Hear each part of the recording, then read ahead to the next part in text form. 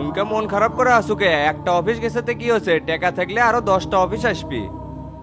এটা আমার উপরে অন্যায় হলো, পরিকল্পনা করে করা হচ্ছে। আরিফের কোনোদিন সাহস হলো না আমার কাছ থেকে টাকা নেওয়ার। ভাই শামসু যেভাবে পিছে লাগে আছে এভাবে চলতে থাকলে রাজনীতি করা যাবে না। এবার যে টার্গেট নিমু সেই টার্গেট কোনোভাবেই মিস করা যাবে না, আমাদের দল ভারী করা লাগবে। প্ল্যান সাকসেস করার জন্য এমপি সাহেবের হাত করাটা জরুরি। এমপি কি আর শামসুর বাইরে যা কাজ করবি, ওই হচ্ছে শামসুর খাস চামচা। দেখলেন না আজকে যা কথা বলো সব শামসুর পক্ষে, একটা কথাও আমাদের পক্ষে কয় নাই। এটার নামই তো রাজনীতি, শামসুর সাথে খালি মুখে থাকবি আর আমাদের সাথে তলে তলে কাম করবি। শফিকে যদি হাত করা যায় তাহলে শামসুক যেটি সেটি ডেকে নিয়ে যাওয়া যাবে, এটা একটা প্লাস পয়েন্ট। আর সেই জন্য শামসুর মুখের থাকাটা শফিকের দরকার। আপনার কথা শুনে মনে হচ্ছে শফিকের সাথে সব প্ল্যান করা হয়ে গেছে। হয়নি তো হতে কতক্ষণ, যে কুত্তে এক খায় সে কিন্তু সহজে ছাড়বে পারে না। ওই যে এমপি হয়েছে খালি তো নামে, কোনো জায়গা থেকে কি 2 নাম্বারই টাকা ইনকাম করার সোর্স বার করবে পারবে, আর শামসুকে সেটা করবে দিবে। ইনকা করে দিনের পর দিন চলে যাবি, মাগার কোনো কাম হবি না। আর আমাদের কামই হলো শফিকের সামনে এই পয়েন্টগুলো তুলে ধরা। আমি তো ওকে চিনি, শফিক টাকার প্রতি খুব দুর্বল, কয়েকটা খাত বাই করলেই ওই পাল্টি খেয়ে যাবি। এর আগে আমার সাথে তো পরিকল্পনা করছিল শামসুক মারার, ওরও কিন্তু ইচ্ছা আছে। কিন্তু ও কেনা লোভ দেখান লাগবে, সামনে টার্মে আপনি আবার এমপি হবেন, কোনো প্রতিদ্বন্দ্বী থাকবি না। আপনি তো জেলার সভাপতি হয়ে আছেন আর আমি হবো উপজেলার চেয়ারম্যান। তখন সব ভাইটাল পোস্ট হামাগারি থাকবি, একচেটিয়া রাজনীতি করবো। সার না দিলে রাজনীতি করা যাবে না, এই জন্য সবারই সার দেওয়ার মন মানসিকতা তৈরি করা লাগবে। শামসুক দুনিয়ার থেকে বিদায় করার জন্য আমাদের এক হওয়া খুবই নিট। আচ্ছা দেখি তো কি করা যায়, এর থেকে যায় শফিকের সাথে বসমু। আর তুই শুক্রবারের মধ্যে টাকাটা রেডি করিস, টাকার রিস্ক কিন্তু আমি নিছি, মান সম্মান নষ্ট করা যাবে না। আচ্ছা ব্যবস্থা করবো নি, ওদের চাপ নেওয়া লাগবে না।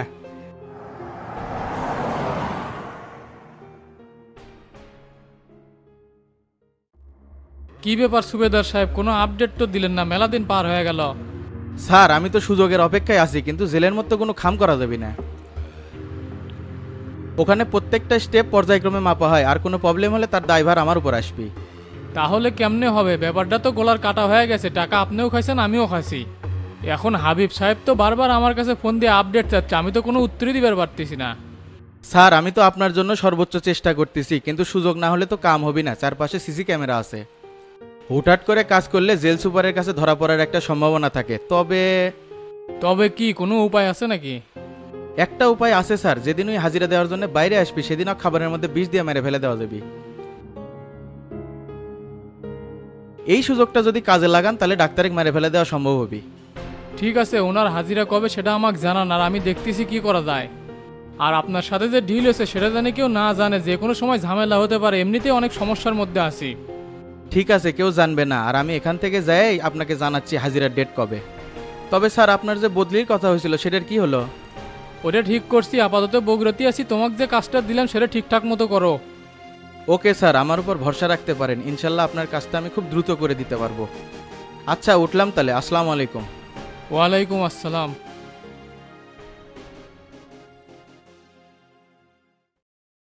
তে ভাই আমি এখন কি করবো? হলো তাহলে চলে যাই। আচ্ছা চলে যাও, হিসেব নিকেশ তো সব হয়ে গেল, শুক্রবার দিন টেকা পাবে। সকাল সকালে আইসো, আর যদি না দেয় ওর বাড়ির যে তো তাকে তুলে আসমো।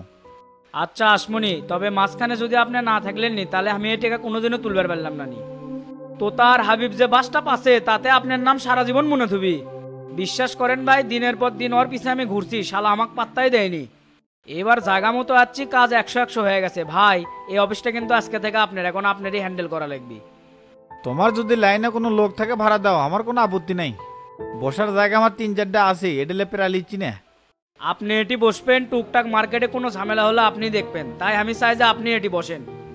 আচ্ছা তাহলে ভাই আজকে উঠলাম, শুক্রবারের দিন দেখা হবে নি।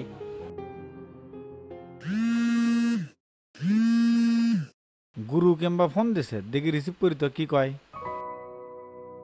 আসসালামু আলাইকুম গুরু, কেমন আছেন? ওয়ালাইকুম আসসালাম, আছি ভালো। তা তোর কি খবর? খবর তো ইনশাল্লাহ ভালো। তা আপনার যে এলাকাতে আসার কথা, কই আসলেন না তো? কখন আর যাই, আমার একলার পক্ষে এত বড় কোম্পানি তো সামলানো সম্ভব হচ্ছে না। এই দিক গেলে ওই দিক হয় না, ওই দিক গেলে আবার এই দিক হয় না। এগুলা মানুষ কাজ হয়ে গেছে বেশি। এগুলা হবেন কে, কালামানিক তো আছেই, উনি আপনাকে সহযোগিতা করছে না। চেংরা মানুষ উইকের এত কিছু বোঝে, তা তোর যে ঢাকা আসা লাগলো নি? সামনের সপ্তাহে কোম্পানির থেকে একটা বোর্ড মিটিং আছে, সেখানে যে তোর উপস্থিত থাকা লাগবি। আচ্ছা ঠিক আছে, তাহলে সামনের সপ্তাহে ঢাকা আসতেছি। ঠিক আছে রাখলাম, আমি তো অফিসে পরে কথা কমনি।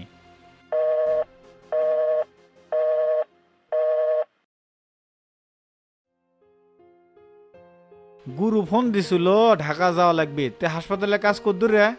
প্রশাসনিক ভবনের কাজ কমপ্লিট, এখন খালি বাইরের কিছু কাজ বাকি আছে। চারপাশে প্রাচীর দেওয়া লাগবি আর রং আর কারেন্টের কাজ করলেই ওকে। গত 2 সপ্তাহ হলো ঠিকাদারের টেকা দেওয়া হয় না, তে ঢাকা যাওয়ার আগে চেকটা সিগনেচার করে দিয়ে যায়েন। ঠিক আছে দেমনে, আর দেখে শুনে থাকিস, কালামানিক থাকলে তো এত চাপ হলো না এনে। চারপাশে মেলা শত্রু, হুট করে কোনো অকারেন্স ঘটতে পারে, তাই রাত করে বেশি বাইরে থাকা যাবি না। না, আমি অপ্রয়োজনীয়ভাবে বাইরে থাকি না, তবে এই অফিসটা লিয়া খুব ভালো হচ্ছে। আরিফ অনেকদিন হলো আমার কাছে জ্ঞান করছিল এই অফিস বিষয়ে। টেকাটা তুলে দিয়ে খুব ভালো কাজ করছেন, চেংরাটার অনেক উপকার হলো।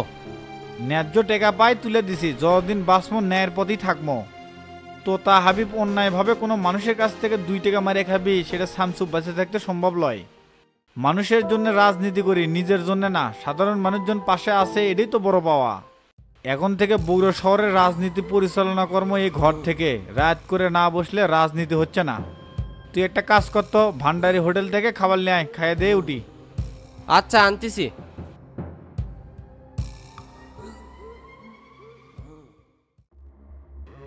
এ জাঙ্গির, বারবার ফোন দিচ্ছিল কৃষক। ভাই একটা সমস্যা হচ্ছে, গতকাল তো গোল্লা আবেদ আলীক ধরে মারছে। দিনের পর দিন যা ইচ্ছে তাক মারবি, ইন করে সহ্য করলে হবে? 2 দিন আনা এলাকাটা ছিলাম না, আর এর মধ্যে এল্লা সব হয়ে গেছে, তে মারলো কৃষক রে।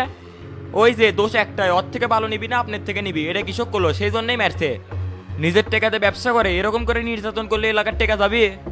আপনি এমপির ভ্যাসতে আপনার একটা জোরালো পদক্ষেপ নেওয়া লাগবে, তাছাড়া আমরা কুটি যাবো। এ আস্তে, অত গরম হোস না, আমার সাথে চলে, কাকে গোল্লার কাছে যাবো। না না, আমি ওর কাছে যেতে পারবো না, আপনি যান, আপনি গেলেই হবে। ঠিক আছে, তাহলে তুই থাক, বিষয়টা আমি দেখিচ্ছি। আচ্ছা ভাই।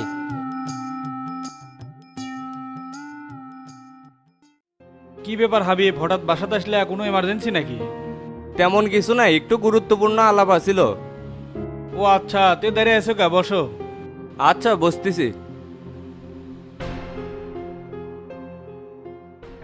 তে এখন কত কি গুরুত্বপূর্ণ আলাপ? সামনে তো উপজেলা নির্বাচন, এই ব্যাপারে দলীয় কোনো সিদ্ধান্ত নিতে গেলে আপনার সাথে তো একটু পরামর্শ করতেই হবে। উপজেলা নির্বাচনের জন্য তো যোগ্য ব্যক্তি বাছাই করা লাগবে। সরকারি যত প্রজেক্ট সব তো উপজেলার মাধ্যমে বন্টন হয়, 2 নম্বর লোকে নির্বাচন করলে খাইয়া বালুস করবি। যতই খ্যাক, আপনার সিগনেচার ছাড়া তো কাম হবে না। উপজেলার কর্ণধারী হলো এমপি। তে তোমার পছন্দের কোনো ক্যান্ডিডেট আছে নাকি? এই পর্যন্ত তো অনেকেই ইচ্ছা পোষণ করছে, কিন্তু আমি ওগুলো নজরে নেইনি। ভাবলাম আপনার সাথে পরামর্শ করে একটা সিদ্ধান্ত নিব। আর সামনে মাস থেকে সব ইউনিটে কমিটি দিবে চাচ্ছি, টাকা পয়সাও তো কিছু কামাই করা লাগবে, কি কন? হ কমিটি দিয়ে দাও। মাস্টার কি কয়, সাথে থাকবি না? আমি যা কমু তাই। সেক্রেটারি সাহেব আমার বাইরে কথা কয় না। তুমি মুলা জানো, মাস্টার হচ্ছে শামসুর লোক, উনি কোনো সময় আর বাইরে যাবি না। মানুষজন তো আপনার নামেও মেলা কিছু কয় কয় যে আপনিও নাকি শামসুর বুদ্ধিতেই চলেন। আমরা হলাম একই দলের লোক, অথচ আলাদা আদর্শে বিশ্বাসী। শামসুর সাথে থাকলে কি কোনো টাকা ইনকাম করতে পারবেন? ওই কোনো সুযোগ দিবে আপনাকে? দিনের পর দিন ঠিকই চলে যাবি, কিন্তু শেষে দেখবেন যে হাতে হারিকেন আর পাছায় বাস। এই জন্যে এক হয়ে কাজ করি, এতে সবার পক্ষেই ভালো হবে।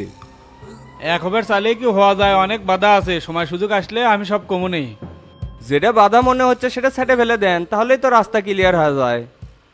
এতই সহজ, কাটাও ক্লিয়ার করা লাগবি, অবস্থানও ঠিক রাখা লাগবি, হুটহাট করে কোনো সিদ্ধান্ত লওয়া যাবি না। মনের দুঃখ মনেই আছে, সময় হলেই সব জানবে পারবে।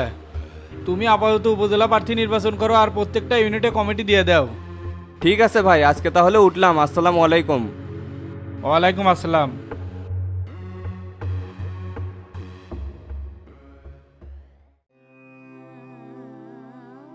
কি ব্যাপার ভাই, তখন থেকে মন খারাপ করে বসে আছেন? এরম করে থাকলে হবে? চারদিকে চোকাবাস খারাপ হয়ে আছে, মন খারাপ না করে উপায় আছে? অফিসটাও হারালে টেকাগুলোও দেওয়া লাগিচ্ছে। তাহলে মিটিং এ বসে হাবিব ভাই কি করলো? সব তো আপনার বিরুদ্ধে রায় গেল। আবার 3,40,000 টাকা জরিমানাও করছে। টাকা কি বলদের পরে যে চালু আর পাইলো? জরিমানা করছো কে? টেকা পাইলনি সেটা দেওয়া লাগিচ্ছে।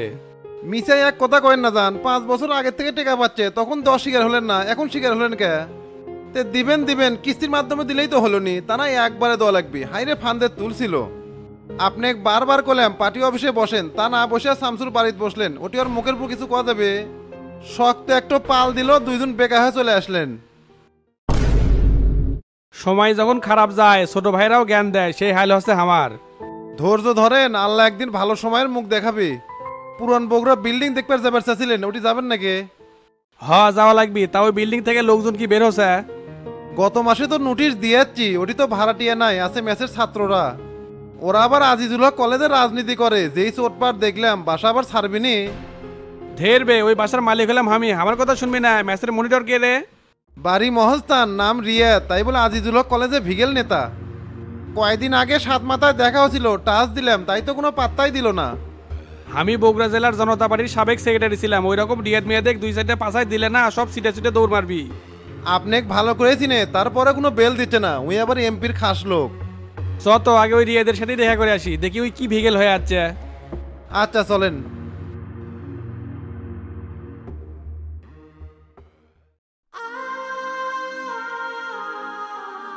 ঘন্টাখানেক হয়ে গেল দলিলে সাইন করলাম, তাও ছেড়ে দিচ্ছে না কিসের জন্য? এটি তো মনি টিকিচ্ছে না, কখন যে এর থেকে বের হয় বাড়ির জামু। হাইরে মুতের গন্ধ, শালারা পেচ্ছাপ করে পানিও দেয় না। এ ভাই কেউ আসেন নাকি? দেখেন তো আমাকে ছেড়ে দেওয়ার কোনো ব্যবস্থা হচ্ছে নাকি?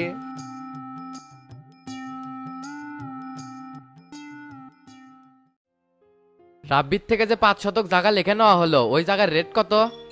কমসে কম 15-20 হাজার টাকা শতক তো হওয়াই লাগে। কি কও, বাজারের সাথেই ওই জমি, এত কম রেট তো হওয়ার কথা না। আশেপাশে কত করে রেটে জমি বিক্রি হচ্ছে, লোক পাঠালেই সব বার হয়ে আসবিনি। না, ঘটনা হচ্ছে কি ভাই, 50,000 টাকার মতো বেচা কেনা হচ্ছে। কয়েকদিন আগে ওই জমির পাশে জুব্বা 3 শতক জমি বিক্রি করলো 1,50,000 টাকা দিয়ে। তুমি মিয়া সিটিং আসো, কিছুক্ষণ আগেই কলে 20, আবার করছো 50, পুলিশের সাথে বাটপারি।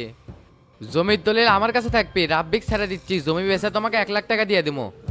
ওটা তো 2 শতক বেচলেই হবে, বাকি টাকা কি করবেন? কি হবে সেটা পরে দেখা যাবে, তুমি 1 লাখ টাকা ক্লিয়ার মতো পেলেই হলো। আর এত কথা কিসের, তুমি নিজেরটা ভেবে এখন চুপ থাকো। সেন্টি, এ রাব্বিক ছেড়ে দাও। Okay sir. শালা এটা কোনো কাম হলো? পুলিশ তো পুরাই খাওর। তাহলে তুমি যাও, 2-1 দিনের মধ্যে টাকা পেয়ে যাবে নি। আচ্ছা গেলাম তাহলে।